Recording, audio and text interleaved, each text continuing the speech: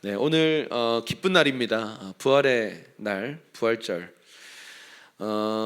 기독교의 절기 중에 가장 강력한 절기가 뭘까요? 네, 크리스마스라고 생각하는 분들이 있는데 사실은 크리스마스보다 더 중요한 절기가 이 부활절입니다. 네, 부활의 능력이라고 하는 제목으로 말씀을 나누도록 하겠습니다. 우리 인류의 문명을 들여다보면요, 죽음에 대한 여러 가지 생각들이 있습니다. 그래서 모든 문명과 모든 문화를 들여다보면 죽음에 대한 인간의 반응, 죽음에 대해서 어떤 태도를 가지는가, 죽음을 어떻게 생각하고 있는가에 대한 문화라고 해도 과언이 아닙니다. 그래서 여러 가지 문명을 보면, 그리고 또 다양한 종교들을 보면 죽음에 대한 여러 가지 시각들이 있습니다. 사후 세계가 존재한다라고 보는 여러 많은 종교들이 있는데, 극락의 세계에 이르기 위해서 좋은 데 가라. 그래서 뭐 우리 옛날부터 보면은 이렇게 장례 문화에 보면 좋은 데 가라고 뭐 이렇게 막 제사도 지내고 뭐 노잣돈도 이렇게 넣어주고 하는 그런 여러 가지 그런 모습들이 있는데, 이 윤회라고 하는 사상이 있습니다. 윤회 사상은 뭐냐면, 우리 사후 세계로 그냥 죽었다가 살아있는 인생과 죽은 인생, 사후 세계로 그냥 갈라지는 게 아니라 다시 이 땅에 태어난다. 뭐 예를 들어서 다음 생에는 뭐 이런 표현들 많이 하잖아요. 다음 생에는 뭐 개로 태어나라. 뭐 이런 다음 생에는 뭐 정승으로 태어나라. 그래서 이 생의 삶이 다음 생의 삶을 결정짓는다라고 하는 세계관을 가진 그런 종교들, 세계관이 있습니다. 그게 바로 윤회입니다. 그래서 이런 거죠. 지금 여기서 이 생에서의 삶에서 선행을 많이 하고 덕을 많이 쌓으면 다음 생에 뭐 왕으로 태어난다든지 뭐 그렇게 믿고 있는 거죠. 근데 여기서 정말 죄를 많이 짓고 전생에 무슨 내가 죄를 많이 지어서 내가 이 인생을 사는가, 이게 무슨 뜻이냐면 결국 다 윤회적인 사상입니다. 이것은 불교에도 나타나지만 사실은 힌두교에도 나타납니다. 이게 전 세계의 종교를 보면요, 사후 세계에 대한 여러 가지 시각들을 갖고 있어요. 죽었다가 나중 다음 생애가 또 있고 그 다음 생에 또 태어날 것이다. 그래서 우리나라에도 그런 말이 있어요. 손톱을 아무데나 깎으면 안 된다. 그래서 아무데나 버리면 안 된다. 왜? 쥐가 와서 먹고 나와 똑같은 사람이 된다 라고 하는 희한한 이야기가 있습니다. 그런데 실제로 많은 우리 옛날 어른들은요, 그걸 믿고 손톱을 아무데나 깎지 않습니다. 저도 손톱을 그래서 아무데나 깎는 건 아닌데 쓰레기통에 버리는 게 예의이기 때문에 그렇게 하는데, 그걸 믿기 때문에 수많은 사람들이 그렇게 움직여요. 그리고 어린 시절 이런 거 들어보셨죠? 밥 먹을 때 다리 떨면 복 나간다. 믿으십니까? 예, 믿으면 안 되죠. 미신이에요. 뭐 다리 떠는 게 이제 예의가 아니기 때문에 그랬죠. 근데 우리나라 선조들은 예의가 아닌 행동을 하지 마라고 말하면서 뒤에 단서를 붙여요. 너 복 나가. 너 다음 생에 이상한 걸로 태어나. 뭐 이런 얘기로 좀 많이 협박을 하지 않았나라는 생각이 듭니다. 그래서 이 윤회 사상이라든지 이 사후 세계에 대한 여러 가지 시각이라든지, 그런데 비슷한 패턴을 보면 천국과 지옥에 대한 패턴들은 거의 대부분 있습니다. 좋은 데 가라, 나쁜 데 가라. 나쁜 데 가면 안 된다 라고 하는 그런 생각들은 다 가지고 있습니다. 여러분, 성경은 죽음은 한번 정해져 있다. 우리가 모든 인류는 죽음이라고 하는 이 문을 통과해야 된다라고 말하면서, 근데 이것은 끝이 아니다라고 얘기해요. 죽음 이후에 심판이 있고 그 심판 이후에 영원한 삶이 있다라 그래요. 그 영원한 삶이 두 갈래 길로 나눠지는데 하나는 천국이고 하나는 지옥이라고 하는 것입니다. 여러분, 우리가 여기서 오해하지 않아야 되는데, 우리 창조주 하나님에 대한 오해가 많이 있는데, 왜 어떤 이들은 천국 보내고 어떤 이들은 지옥 보내는가? 여러분, 이거는 오해예요. 하나님이 지옥을 처음에 창조하실 때 지옥은 누구를 위한 거였습니까? 사탄을 위한 거예요. 그래서 사탄은 그 하나님의 공의의 성품을 이용해서 사람들을 끌고 가려고 하는 것이지, 하나님이 어떤 사람은 천국 보내고 어떤 사람은 지옥 보내기 위해서 지옥을 만드셨다, 이것은 하나님에 대한 오해입니다. 어쨌든 우리 인간은 불멸의 존재, 영원한 존재로 지음을 받았고 그 영혼을 천국에서 보낼 것인가 지옥에서 보낼 것인가를 결정짓는 기준이 예수 그리스도예요. 그리스도 안에 있는 자들이 마치 구명보트처럼 예수님이 구조하셔서 천국으로 보내시고, 그리스도라고 하는 구명보트에 타지 못한 사람들은 영원한 심판이 있는, 영원한 형벌이 있는 지옥으로 갈 수밖에 없는 운명입니다. 굉장히 슬픈 일이죠. 그렇기 때문에 우리에게는 책임이 있습니다. 천국 백성이 된 저와 여러분들에게 책임이 있어요. 이 사실을 전해야 되는 거죠. 이 사실을 외쳐야 되는 거죠. 그렇지 않으면 우리에게 책임이 있는 것입니다. 자, 오늘 우리 부활절에 대해서 우리가 조금 성경이 말하고 있는 부분들을 또 절기를 따라서 또 하나하나 좀 살펴보면서, 주님의 부활을 상징하는 이 초실절에 정확하게 예수님 부활하셨거든요. 6월절에 죽으시고 3일 후가 바로 초실절인데, 이 초실절에 부활하신 예수님에 대한 이야기 함께 좀 나눠보겠습니다. 우리 레위기 23장 10절에서 11절입니다. 한번 크게 읽어보겠습니다. 시작. 이스라엘 백성들에게 다음과 같이 말하여라.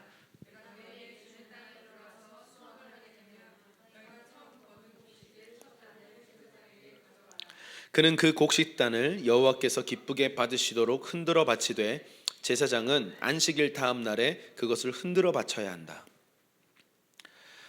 이 초실절은요, 보리 이삭 한 단을, 그 첫 이삭을 주님께 바치는 날입니다. 정확하게 예수님은 6월절 당일에 돌아가셨어요.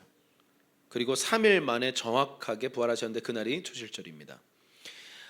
이 첫 이삭 한 단을요, 여호와 앞에 요제로 드리는데, 요제가 뭐냐면 이게 흔드는 거예요. 흔들어서 주님께 바치는 거예요. 요제가 상징하는 것은 구별하여 바치는 거예요. 이건 주님의 것이다라는 거예요. 여러분, 첫 열매는 주님의 것입니다. 여러분, 첫 열매는 여호와의 것이라, 이거는 성경이 선언하고 있는 거예요. 첫 열매에 손대면 안 돼요. 왜냐하면 첫 열매는 그 이후에 많은 열매들을 상징하는 것이고, 결국 이건 뭐냐면 부분이 전체를 대표하는 거예요. 그 부분에 헌신이 있어야 전체적 헌신이 있는 겁니다. 11조가 이런 거예요. 내 모든 소유가 주님의 것인데 그 중에 10의 1을 성경의 원리, 구약의 원리를 따라서 부분을 드리는 것이 전체를 드리는 것을 의미합니다. 부분을 드리지 못하는 사람은 전체를 드릴 수 없습니다. 그러니까 주님이 정하신 원칙이에요. 첫 열매는 내 거야. 그래서 이 보리 첫 이삭 한 단을 주님께 요제로 바치고 그 이후에 여러 가지 제사들을 주님께 드리는데, 이 모든 것이요, 예수님이 죽으시고 부활하시는 것에 대한 상징입니다. 고린도전서 15장 20절 23절에 이 개념에 대해서 적혀 있습니다. 한번 읽어볼게요. 시작.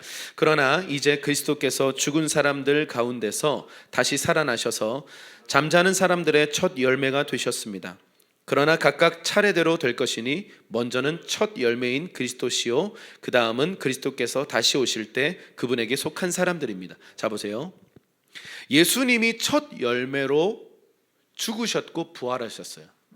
자, 여러분, 무화과나무에 보면 첫 열매가 파게라고 하는 거예요. 히브리 말로 파게예요. 그 파게를 따야 그 뒤에 많은 먹을 수 있는, 상품성 있는 많은 무화과 열매가 맺혀요. 그래서 예수님이 그 무화과의 첫 열매가 있는지 가서 봤는데 첫 열매가 안 맺혀서 그 무화과나무를 저주했잖아요. 그래서 뿔리째 말라 죽었어요. 여러분, 근데 성경은 뭐라고 얘기해요? 아직 무화과의 때가 아님이라 그랬거든요. 저는 이거 처음 보고 예수님 이상하다 그렇게 생각했어요. 성격이 좀 파탄이시구나 이렇게 생각했어요. 아니, 첫 열매가 열매가 있는지 봤는데 그걸 없어서 저주했다. 여기까지는 괜찮은데 무화과가 열매 맺는 때가 아니래.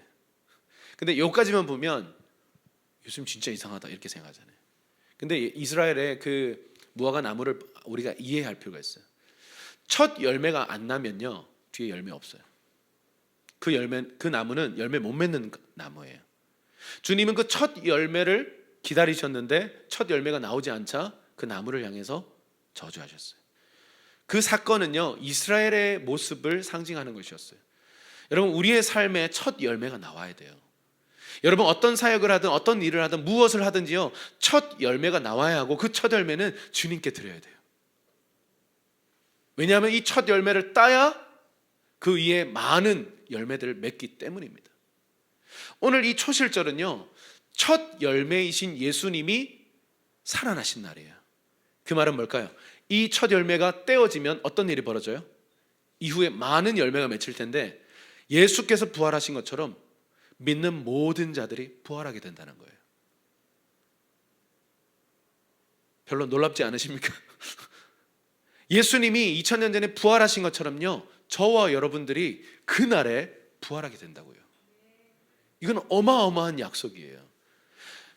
어떻게 믿죠? 어떻게 알죠? 여러분, 무화과 나무의 비유, 이 무화과 나무를 통해서 말씀하신 거예요. 첫 열매가 나면 반드시 많은 열매는 나게 돼 있어요. 이거는 자연의 법칙이에요. 예수님께서 첫 열매로 초실절에 부활하셨기 때문에 이제 주님 다시 오실 때 믿는 모든 육체가 부활의 몸을 얻게 될 것입니다. 아멘하기 좋은 포인트입니다. 초실절의 첫 열매로 예수님 부활하신 겁니다. 그래서 장차 많은 큰 추수가 있을 것이다. 여러분, 첫 열매가 나지 않는 나무는 추수할 수 없는 나무예요. 그래서 첫 열매가 굉장히 중요합니다. 우리 계속 보십시다. 고린도전서 15장 13, 14, 19절 이렇게 세 구절 한번 보겠습니다. 시작. 죽은 사람의 부활이 없다면 그리스도도 다시 살리심을 받지 못하셨을 것입니다.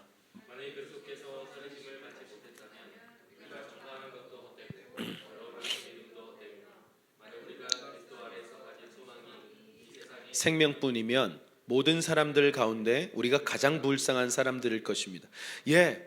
부활이 없다면 세상에서 제일 불쌍한 사람이 저와 여러분이에요. 이 좋은 날에 놀러 다니고 내 맘대로 살고 육체가 시킨 대로 살면 되지, 왜 이렇게 절제하고 훈련을 해서 바르게 살려고 노력하는 겁니까? 부활 때문에 그래요. 여러분, 이 부활이 없다면 기독교가 제일 불쌍한 사람들이에요. 기독교가 제일 악한 종교예요. 왜 사람들을 괴롭혀? 부활이 없는데. 여러분, 오늘 이렇게 말하고 있어요. 그리스도께서 다시 살아나시지 않았다면 그리스도 안에서 다시 살리심을 사람들이 받는 것은 불가능한 거예요. 그래서 우리가 복음 전파하는 것도 헛된 일이고 우리 믿음도 다 헛거고 우리가 제일 불쌍한 사람들. 가끔씩 그런 생각 들 때가 있습니까? 좋은 봄날에, 화창한 봄날에 막 놀러 가고 싶은 마음이 이까지 올라오는데 꾸역꾸역 주일 예배 와. 여러분, 부활을 얻어놓고 부활이라고 하는 비전, 부활이라고 하는 어마어마한 하나님의 영광이 보장되어 있는 그 길에 서 있으면서 우리가 이 하나님의 길로 걸어가는 이 길이 기쁨이 없고 꾸역꾸역 하고 있다는 것만큼 또 불쌍한 일은 없어요. 부활이 있는데 마치 부활이 없는 것처럼 살아가고 있는 그 인생도 불쌍한 거죠. 그리스도 안에 들어왔는데도 말이죠. 기독교에서 가장 중요한 진리, 오늘 십자가에서 우리가 창조의 복음, 치유, 어떤 자유함, 소망, 수많은 가치를 얘기하잖아요. 여러분, 부활이 없다면 그거 다 헛거예요. 왜 그렇게 살아야 되죠? 여러분, 이 부활은요, 우리 신앙생활에 있어서 가장 중심에 놓여져야 될 가치고 우리 모든 믿는 자들의 최종적 비전이에요. 그 부활에 이르는 거. 그래서 마지막 날에 저와 여러분이 다 부활의 몸을 얻어서 그 영원한 부활 안으로 들어가기를 주님의 이름으로 축원합니다. 계속 한번 보십시다. 고린도전서 15장 38절 그리고 42절에서 45절입니다. 함께 읽겠습니다. 38절 먼저 읽을게요. 그러나 하나님께서는 뜻하시는 대로 그 씨에 몸을 주십니다. 곧 각각의 씨에 각기 고유한 몸을 주십니다. 42절. 죽은 사람들의 부활도 이와 같습니다. 썩을 몸으로 묻히지만 썩지 않을 것으로 살아납니다. 비천한 가운데 묻히지만 영광 가운데 살아납니다. 약한 사람으로 묻히지만 강한 사람으로 살아납니다. 자연의 몸으로 묻히지만 영적인 몸으로 살아납니다. 자연의 몸이 있다면 영적인 몸도 있습니다. 기록되기를 첫사람 아담은 생명이 있는 영이 됐다라고 한 것처럼 마지막 아담은 생명을 주는 영이 됐습니다. 아멘. 조금 어려운 말들이에요. 이게 한번 딱 읽었을 때 이렇게 할 수 있는 게 아니고 이게 무슨 말이야? 라고 조금 뜯어봐야 되는 그런 구절들입니다. 근데 한마디로 말씀드리면 이런 거예요. 씨에서 뭐가 자라나잖아요. 식물이 자라나잖아요. 그러니까 씨의 모습과 자라나서 장성해서 자란 그 식물의 모습은 달라요. 그런 것처럼 지금 여러분의 그 육체, 그 몸뚱아리와 그날에 우리가 부활의 몸을 입는 그 몸은 차원이 다르다 이 말입니다. 완전 차원이 달라요. 자, 우리 예수님이 그 부활하시고 나서 40일 동안 제자들에게 나타나셨잖아요. 근데 예수님의 몸이 그대로 못자국이 있었고 그대로 옆구리에 창자국이 있어서 상처가 있었어요. 여러분, 그게 만약에 유령이라면 먹고 마실 수 없어요. 여러분, 귀신이 나타나서 와가지고 맛있다 이러면서 뭐 먹는 거 보셨어요? 불가능한 거예요. 근데 예수님은 오셔서 물고기를 좀 가져오라, 아침 먹자, 밥 먹자 그러면서 밥을 같이 드셨어요. 그리고 안아주시고 내 손을 만져봐라, 옆구리에 손가락을 넣어봐라 라고 말씀하셨어요. 만졌다는 거예요. 터치했다는 거예요. 밥을 먹었다는, 이 말은 뭐냐면 몸이라는 거예요. 실체가 있는 몸이라는 거예요. 영이 아니라는 거죠. 예수님 근데 어떻게 나타나세요? 제자들이 두려움 때문에 이런 공간에 숨어서 문 꼭 잠그고 있는데 갑자기 벽 뚫고 나타나세요. 할렐루야. 굉장히 두려운 순간입니다. 예수님이 물 위를 걸었을 때도 다들 유령이라 생각했는데 여러분 생각해 보세요. 벽 뚫고 예수님이 나타나세요. 무서워요. 부활의 몸이라고 하는 그것이요, 우리가 생각하는 그 이상의 그 놀라운, 우리가 육신의 한계 무겁잖아요. 좀 무거워요 저는. 할렐루야. 힘들어. 근데 그 부활의 몸은 차원이 다른 몸이에요. 아마 그 비만이 해결된 몸이 임할 줄로 믿습니다. 할렐루야. 가장 깨끗하고 건강하고 상쾌하고 여기 보면 영광스러운 몸이래요. 영광스러운 몸. 할렐루야. 그 몸을 입는 날이 있다라는 거죠. 여러분, 우리가 사도신경에 보면 몸의 부활을 믿는다 그래요. 여러분 믿으십니까? 당신의 몸이 죽더라도 그날에 다시 부활의 몸을 입고 살아날 것을 믿으십니까? 만약에 우리가 조금 이따 나오겠지만 죽지 않고 살아서 주님을 맞이한다면 후련히 변화될 거예요. 이 몸이 후련히 부활체로 변화될 겁니다. 물론 그 느낌이 어떤지는 우리가 그날에 우리가 경험해 보십시다. 그런데 막 날아다닐지 모르겠어요. 벽 뚫고 막 다닐지, 맛이 뭔가 미각이 어떤 식으로 발달될지 잘 모르겠어요. 그런데 어마어마한 변화가 있을 것입니다. 씨앗과 장성한 식물은 다르다는 거죠. 지금 그걸 비교하고 있어요. 그러면서 이렇게 말해요. 육의 몸과 부활의 몸은 차원이 다르다. 아담은 하나님의 영이 들어갔을 때 살아있는 혼이 되죠. 그 흙으로 이 아담을 짓고 나서 후 하고 주님의 숨결을 불어넣었을 때, 주님의 영이 불어 들어갔을 때 그의 혼이 살아났다 그랬어요. 그래서 산혼, 살아있는 혼, 생혼, living soul이 됐어요. living being 뭐 이렇게 다양하게 해석되어 있지만 살아있는 생명, 근데 이건 정확한 번역이 아니라고 말씀드렸어요. 생혼이에요. 생혼. 살아있는 존재가 됐다는 말이죠. 그런데 두 번째 아담이신 예수님은 생명을 주는 뭐가 됐다? 영이 됐다는 거죠. 그래서 성령이 오순절날, 여러분 이 초슬절부터 50일이 지난 그날이 오순절이거든요. 7에 49, 그 49일째 다음 날이 50일째잖아요. 그 50일 되는 날이 오순절인데 그 날에 무슨 일이 벌어져요? 마가다락방에서 성령이 막 폭포수처럼 쏟아 부어졌어요. 살아있는 영을 넣어주셔서 살아있는 자들이 되어버립니다. 그러니까 이게 여러분 성경에 나타난 구약의 모든 율법과 절기는요, 예수 그리스도를 보여주는 그림자들이에요. 그래서 절기를 공부해야 되고 구약을 공부해야 되는 겁니다. 신약만 봐서 되는 게 아닌 거죠. 신약을 이해하기 위해서는 구약을 읽어야 하는 것입니다. 자, 그래서 정리하자면 이런 거죠. 여러분, 우리가 죽어서 이 몸은 그냥 없어지는 게 아니고, 자, 여러분 이런 개념이 있으시죠? 지구 종말. 그래서 지구는 파괴되고 없어질 거야. 그리고 우리는 뭔가 저 어딘가의 천국이라는 곳으로 갈 거야. 예, 그것은 이방 종교. 그거는 기독교가 아닙니다. 그건 성경이 아닙니다. 성경은 뭐라고 얘기하냐면 저 하나님 나라에 있는 새 하늘과 새 땅. 자, 우리 그 신천지가 그 이름이 새 하늘 새 땅이잖아요. 신천신지.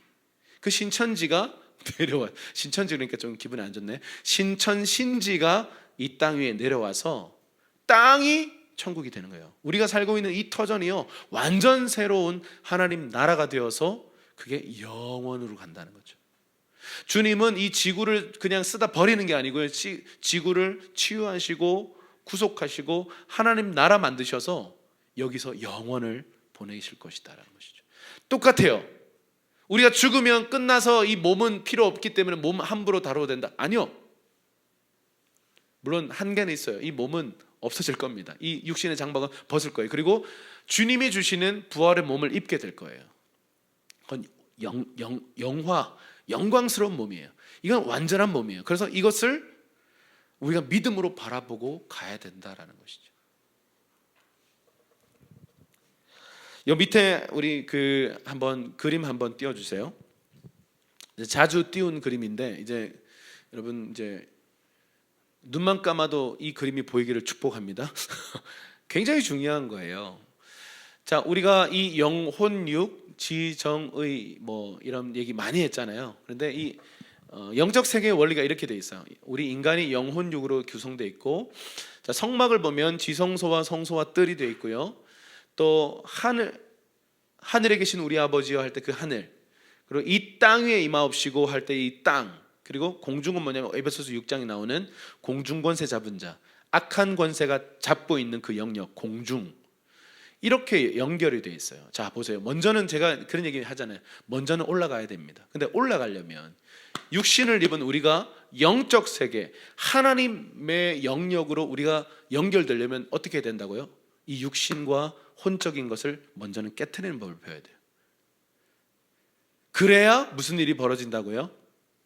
영이 우리의 혼과 육을 관통해서 break out, spirit break out, 영이 깨어져서 터져나오는 일이 일어난다는 거죠. 주님이 그렇게 말씀하셨어요. 나를 믿는 자는 성경의 이름과 같이 그 배에서 생수의 강이 흘러나리라 그러셨어요. 그러니까 영이 내 혼과 육을 관통해서 흘러나오는 사건, 주님이 원하시는 그거예요. 나를 통해서 내가 통로가 되어서 내가 가는 곳곳마다 생명이 흘러가는 거, 주님이 원하시는 건 이거라는 거죠. 자, 지성소 성소 뜰도 마찬가지입니다. 자, 우리가 지성소까지 가야 된다 그래요.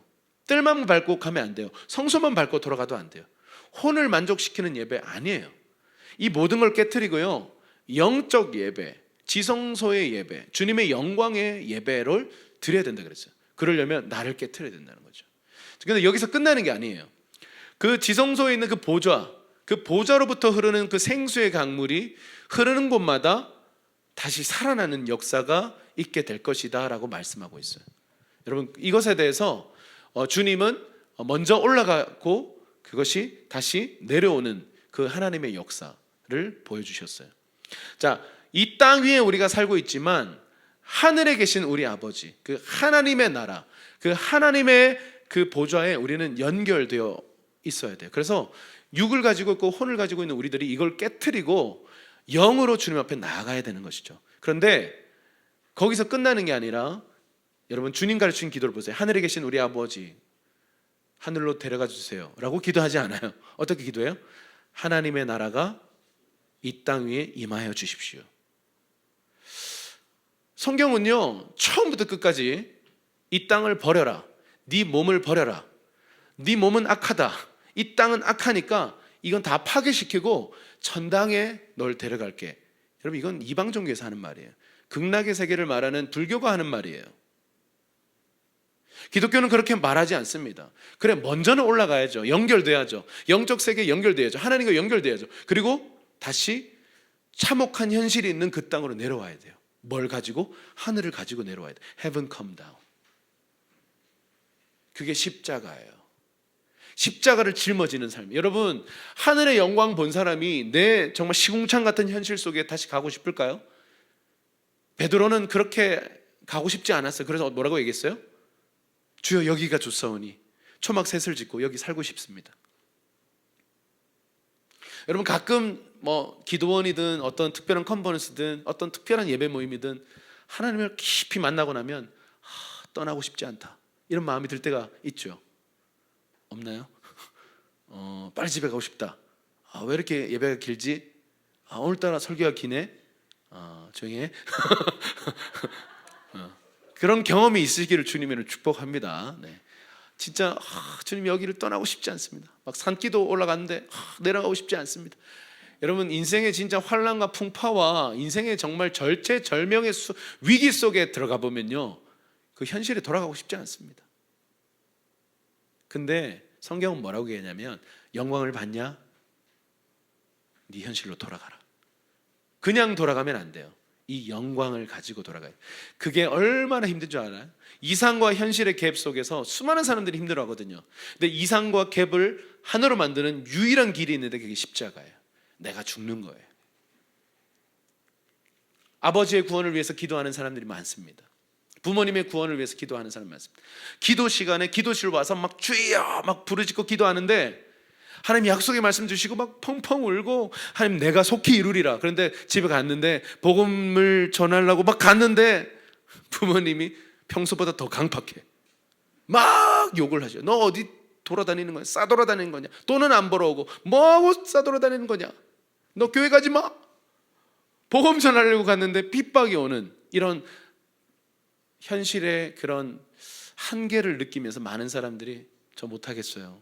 저 안 할래요. 라고 말해요.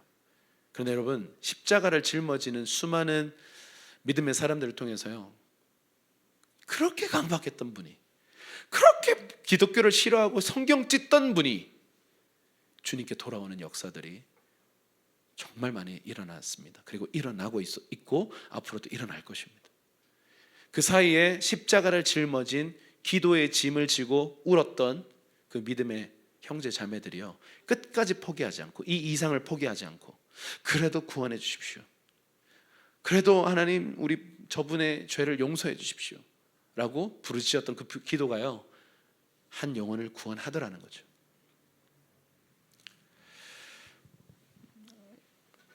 여러분 현실과 이상은 너무 달라요.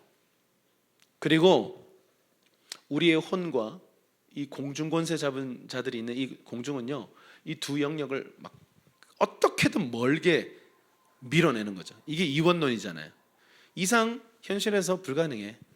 꿈꾸지 않아요. 더 이상 꿈꾸지 않습니다. 여러분 꿈꾸십니까? 꿈이 있으십니까? 헛된 꿈 꾸는 거 그런 거 말고요. 정말 하나님 안에서 꿈꾸는 거예요.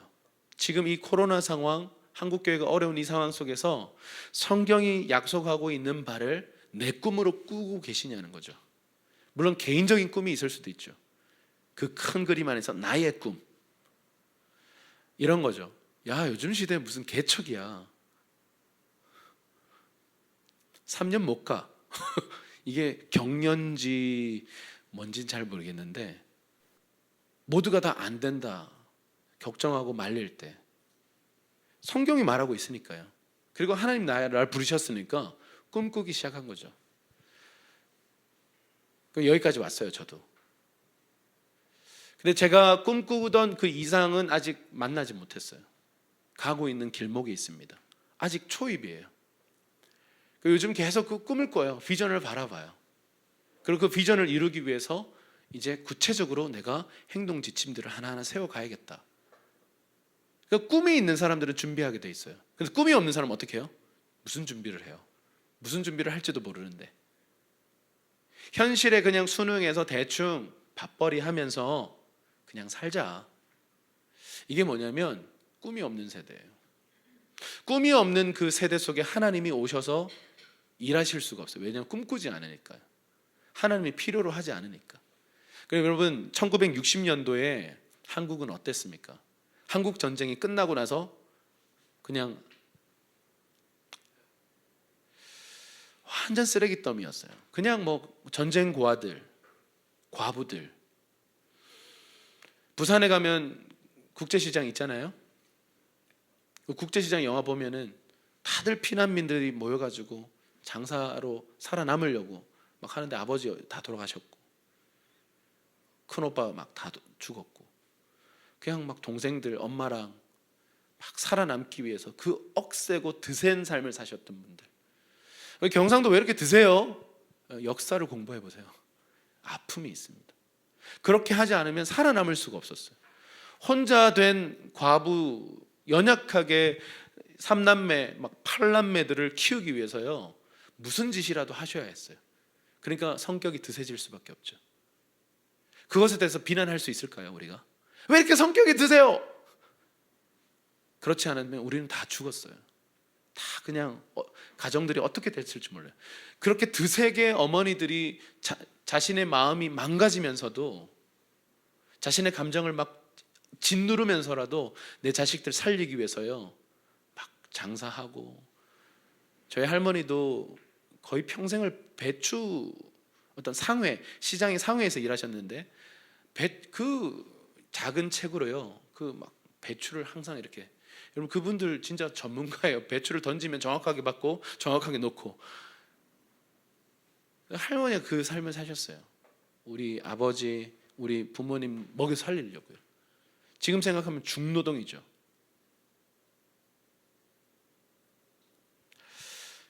여러분, 전쟁의 폐허가 되었던 이 한국이요,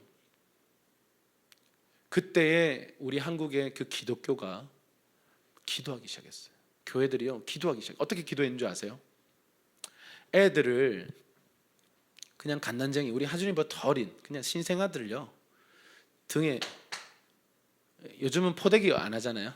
요즘은 아기띠 하는데 포대기로 이렇게 쫙 졸라매고요, 그 차가운 겨울바람을 뚫고 아이를 이렇게 막 패딩 같은 이런 잠바로 이렇게 덮고 와가지고 새벽에, 여러분 뭐 난방 시스템이 어디 있습니까? 옛날 교회가 그냥 차디찬 냉 바닥에 무릎 꿇고 앉아가지고요, 그냥 기도가 뭐 화려하지 않아요. 그냥 주여, 아버지여 살려주십시오.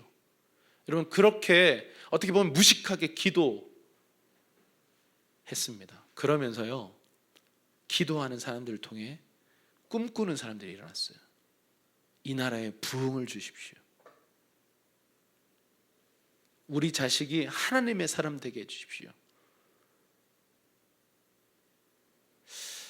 그 꿈을 꾸고 기도했던 한 세대, 그 전쟁의 폐허가 되었던 그 세대가요, 그 현실에, 망가져버린 현실 속에서 하나님을 추구하고 이상을 추구하고 꿈을 꾸고 하늘을 바라봤더니,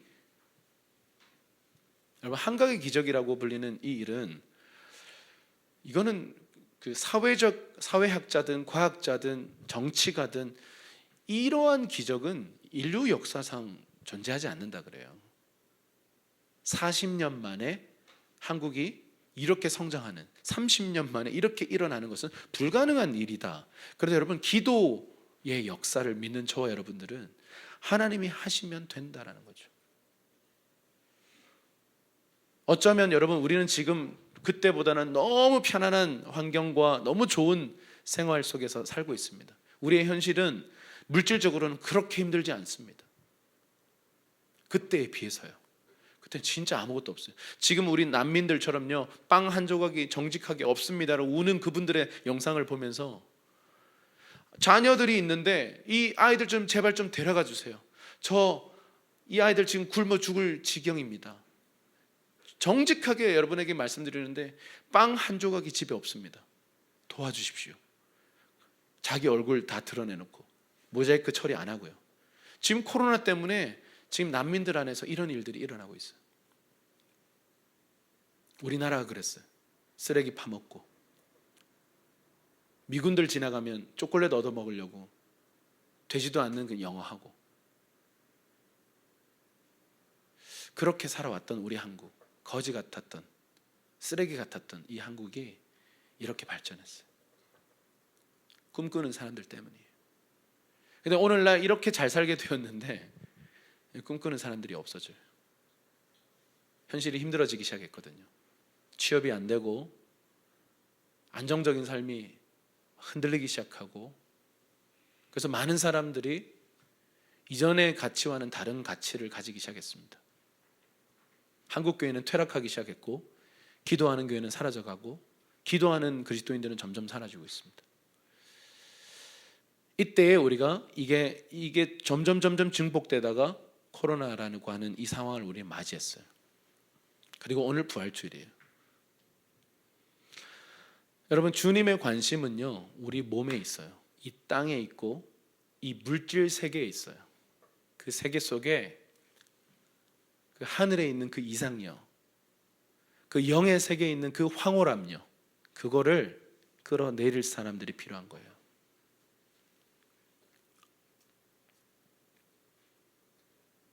여러분, 요셉이라고 하는 사람이 있습니다. 이집트의 파라오가 어느 날 계속해서 악몽을 꿔요.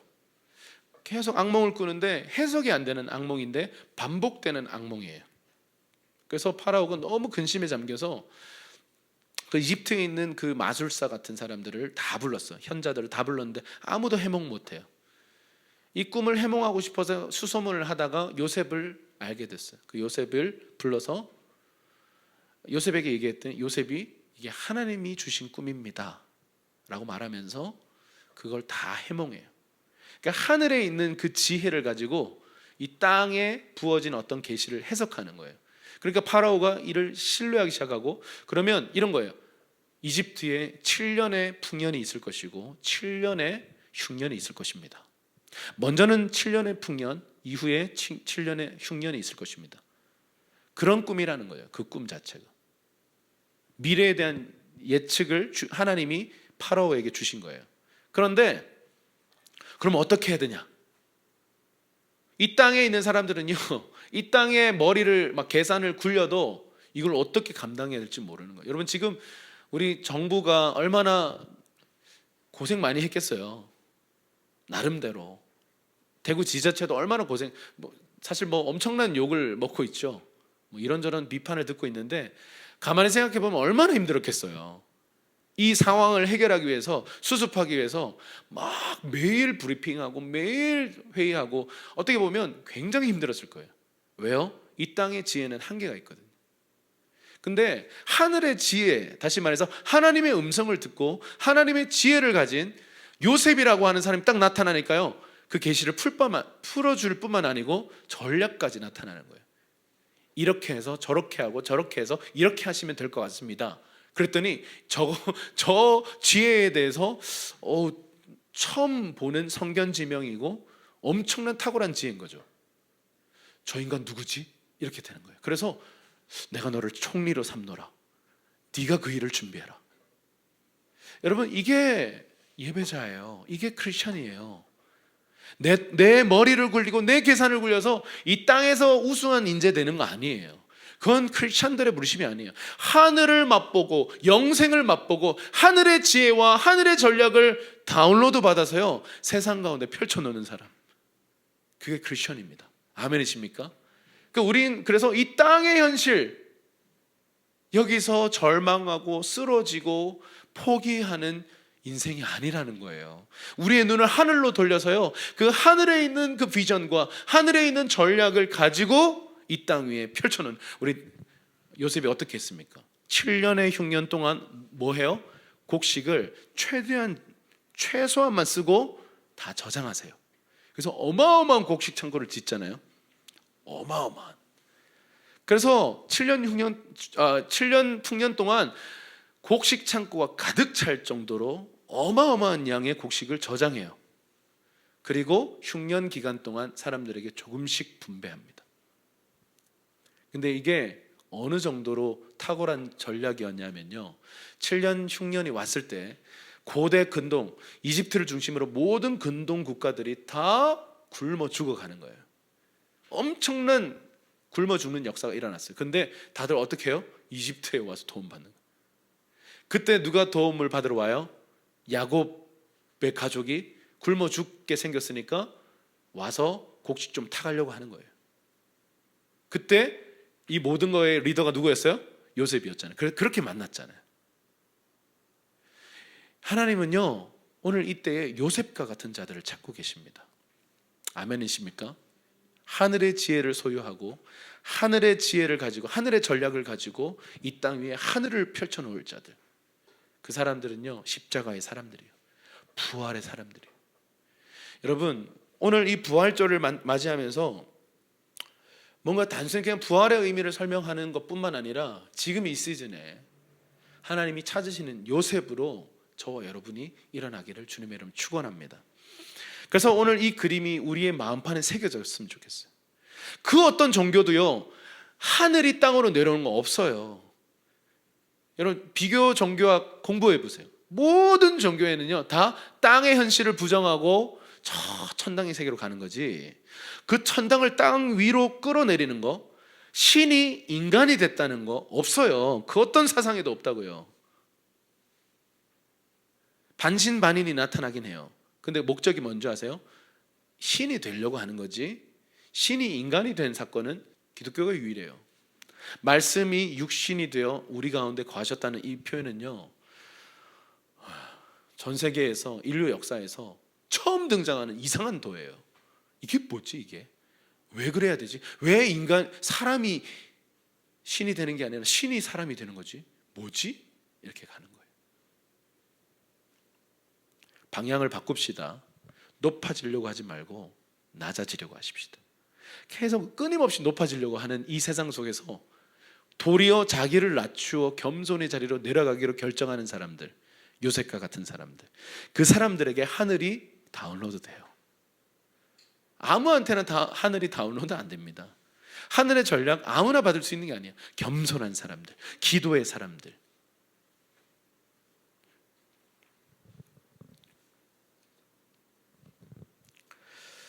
그래서 여러분, 우리는 이런 때가 와요. 에베소서 5장 27절 말씀 보면 우리가 이런 날이 우리의 인생에 찾아올 겁니다. 한번 큰 목소리로 우리 에베소서 5장 27절 개역 개정 번역으로 같이 한번 읽어보겠습니다. 시작. 자기 앞에 영광스러운 교회로 세우사 티나 주름 잡힌 것이나 이런 것들이 없이 거룩하고 흠이 없게 하려 하심이라. 여러분, 저는 이 말씀 읽을 때마다 되게 비현실적이었어요. 아니, 무슨 티도 없고 주름도 없고 뭐 어떤 흠도 없이 완전히 깨끗하고 거룩한 상태가 될 거라는 거죠. 이게 가능한 얘기입니까? 불가능해요. 근데 그런 때가 올 거라는, 언제요? 부활의 몸을 입고 완전한 그 영원한 부활로 들어가게 되는 그날, 우리는 주님 앞에 영화의 단계에 들어갈 겁니다. 그건 뭐냐면 완전히 깨끗하고 흠도 없고 완전히 순전하고 거룩한 존재로 회복될 거라는 거예요. 그래서 그날을 믿음으로 우리는 서로를 바라볼 필요가 있어요. 검으나 아름다운 이의 비밀이에요. 우리는 다 이렇게 아름답게 변화될 것입니다. 지금은 한계가 있고 노력해도 잘 안 고쳐지는 내 이 더러운 성격이, 할렐루야, 그날에는요 구속되어서 정말 아름다운 성품으로, 예수님과 같은 성품으로 바뀌는 날이 반드시 올 겁니다. 우리 옆 사람에게 당신은 영광스럽게 변화될 것입니다. 한번 얘기해 주시죠. 아멘이시죠? 네. 고린도전서 15장 51절에서 56절입니다. 읽어볼까요? 시작. 보십시오, 내가 여러분에게 비밀을 말합니다. 우리는 다 죽지 않고 모두 변화할 것입니다. 마지막 나팔 소리에 순식간에 다 그렇게 될 것입니다. 나팔 소리가 나면 죽은 사람들이 썩지 않을 몸으로 살아나고 우리도 변화할 것입니다. 이 썩을 몸이 썩지 않을 것을 입어야 하고 이 죽을 몸이 죽지 않을 것을 입어야 합니다. 이 썩을 몸이 썩지 않을 것을 입고 이 죽을 몸이 죽지 않을 것을 입을 때에는 기록되어 있는 이 말씀이 이루어질 것입니다. 사망이 삼켜져 승리를 얻었도다. 사망아, 내 승리가 어디 있느냐? 사망아, 너의 독침은 어디 있느냐? 사망의 독침은 죄요, 죄의 건세는 율법입니다. 여러분, 이 부활에 대해서 쭉 얘기하다가요, 지금 클라이막스 와서 막 선포하기 시작하는 거예요. 죽지 않고 주님을 만나게 되는 그날에 서 있는 사람들은요, 호련히 부활체로 우리는 변화될 거라는 거죠. 여러분, 사망을 향해서 우리는 선포해야 돼요. 예수님이 십자가에서 하신 일이 뭐냐면 사망 권세를 깨트려 버리신 거예요. 사망이 깨트려졌고 우리는 사망으로부터 승리된 존재. 예수님께서 십자가에서 죽으시고 살아나실 때 사망 권세가 깨어졌다는 사실을 우리는 알고요. 그렇다면 사망을 더 이상 두려워하지 않을 수 있어요. 죽음에 대해서 더 이상 자유로울 수가 있습니다. 그런데 왜 우리는 여전히 마치 사망이 여전히 살아있는 것처럼, 여전히 부활이 없는 것처럼 살아가느냐는 거죠. 문제가 딱 터지면 막 두려워하고, 막 누군가로부터 막 오해를 당하면 막 너무 힘들어하고, 막 예를 들어서 누군가의 비난을 딱 들었을 때 막 거기 참지 못하고 막 요동하고, 막 재정이 좀 마르면 막 내 인생이 이제 끝났구나 뭐 이런 생각이 들고. 왜 그럴까요? 사탄의 그 거짓말들에 내가 순응해 버리는 거죠. 여러분, 사망 권세는 이미 깨트려졌습니다. 더 이상 우리를 두렵게 할 수 있는 존재는 이 세상에 존재하지 않습니다. 그런데 여전히 우리가 두려워한다는 것은 속고 있는 거예요. 뭐에 속아요? 부활이 없는 것처럼, 우리가 승리하지 않은 것처럼 착각하게 만드는 그 속임 때문에 계속 패배자의 삶을 살게 하는 거죠. 우리 저를 따라서 한번 선포해 주십시오. 예수 안에서 나는 승리했습니다. 더 크게, 예수 안에서 나는 승리했습니다. 사망 원세는 이미 패배했습니다. 그리스도 안에서 나는 승리자입니다. 아멘. 여러분, 이게 바로 부활의 소식입니다. 부활 안에 들어있는 엄청난 능력인 것이죠. 자, 고린도후서 15장 57절 58절 우리 한번 읽어보겠습니다. 시작. 그러나 우리 주 예수 그리스도를 통해 우리에게 승리를 주시는 하나님께 감사를 드립니다. 그러므로 내 사랑하는 형제들이여, 굳게 서서 흔들리지 마십시오. 여러분의 수고가 주 안에서 헛되지 않음을 알고 항상 주의 일에 더욱 힘쓰는 사람들이 되십시오. 아멘. 그렇기 때문에 이 부활을 우리가 이미 맛보고, 예수께서 부활하셨고 우리가 부활할 것이기 때문에 그 중간에 껴있잖아요, 우리가. 그렇기 때문에 승리를 주신 하나님 앞에 감사하라는 거죠. 그리고 흔들리지 말고 굳게 서 있으라는 거죠. 상황이 어떻든 간에, 우리를 두렵게 하는 어떤 일이 일어나든지 간에 여러분 흔들리지 말고 굳게 서서 감사하라는 거죠. 승리를 주시는 하나님. 여러분, 그래서 여러분, 승리를 선포하는 거지 승리했으면 좋겠다 이거 아니에요. 승리는 이미 예수님이 십자가에서 이루어진 사실입니다. 그래서 저와 여러분은 이미 이기는 자로 부르심을 받았어요. 이제 이길 일만 남았어요. 근데 문제는 이걸 믿을 거냐라는 거죠. 흔들리는 상황이 온다는 거죠. 그러니까 굳게 서야죠. 내가 흔들릴 수밖에 없는 상황이 올 건데 또 굳게 서고 또 굳게 서면서 계속 이 부활의 신앙, 부활의 권능을 붙들고 전진하라라는 것입니다. 빌립보서 3장 10절에서 11절입니다. 우리 큰 목소리로 마지막 구절이죠. 한번 읽어보겠습니다. 시작. 나는 그리스도와 그분의 부활의 능력을 알고 그분의 죽으심을 본받아 그분의 고난에 동참하는 것이 무엇인지 알기 위해 어떻게 해서든지 죽은 사람들 가운데서 살아나는 부활에 이르고자 합니다. 뭐라고 얘기하냐면요, 사도 바울이 한 가지를 원하는데 뭘 원해요? 그리스도를 아는 것을 원해요. 그리고 또 그리스도의 부활의 능력을 아는 걸 원한대요. 자, 주님을 아는 것에 오늘 이 사도 바울이 소개하는 건 뭐냐? 주님을 안다는 것은 그분의 부활의 능력을 아는 거예요. 또 하나, 그분의 죽으심을 본받는 거예요. 그리고 또 뭐라고 얘기하죠? 그의 고난에 동참하는 거. 자, 보세요. 주님을 아는 건 이거예요. 내가 부활할 것을 알기 때문에 십자가를 짊어지는 거예요. 여러분, 십자가 아무나 못 짊어져요. 부활의 영광 본 사람만 짊어질 수 있어요. 그래서 패턴이 이렇습니다. 부활을 본 사람만, 부활을 인식한 사람만 십자가의 길을 갈 수 있고요, 십자가의 길을 가야만 부활할 수 있어요. 먼저 보고 대가 지불하고 영광을 누리는 거예요. 근데 보지 못한 사람은 못 간다는 거죠. 예수를 아는 건 이거예요. 그분의 영광을 내가 미리 보고 십자가의 길을 걷고 그 길 끝에서 부활하는 거예요. 사도 바울은 이거 한 가지를 원했다는 거죠. 난 이거 얻고 싶다. 어떻게 해서든지 간에 부활에 이르고 싶다. 부활에 이르려면 십자가 짊어져야 되는데, 십자가 짊어지려면 부활의 능력을 봐야 돼요. 살아날 걸 알기 때문에 죽는 겁니다.